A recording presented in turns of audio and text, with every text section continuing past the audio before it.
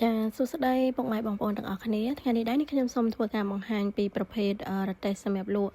ប្រហិតចៀនសាច់គោអាំងនិងនំប៉័ងសាច់មួយឈុតចាហើយក៏មានលក់កាហ្វេភេទជ្ជៈជាមួយគ្នានឹងផងដែរចាថ្ងៃនេះរៀងប្លែកភ្នែកតិចចាព្រោះដោយសារ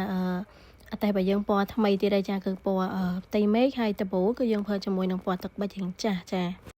តោះឥឡូវយើងមកមើលទូបើយើងវិញចាខាងមុខក៏យើងមានទូសម្រាប់ដាក់ប្រហិតហ្នឹង3ប្រអប់វែងបែបហ្នឹងចាខាងក្រោយនេះដែរក៏យើងមានទូ2ថ្នាក់3ប្រឡោះសម្រាប់ដាក់សាច់គោអាំងហើយនិងនំប៉័ងរបស់គាត់ចាខាងក្រោយនេះដែរគាត់មានតនើសម្រាប់ដាក់តាំងគ្រឿងកំប៉ុងគ្រឿងភេសជ្ជៈរបស់គាត់នឹងបានទៀតចា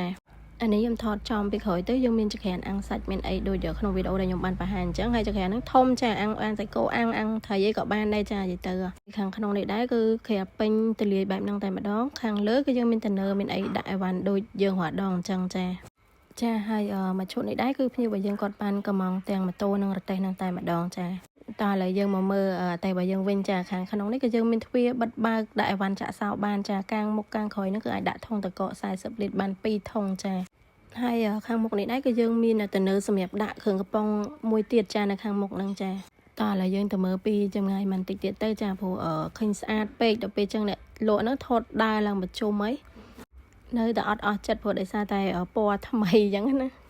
តោះឥឡូវមើលប៉ុណ្ណឹងបានហើយព្រោះវីដេអូរបស់យើងចប់បាត់ហើយអញ្ចឹងសម្រាប់ពុកម៉ែបងប្អូនដែលគាត់មាន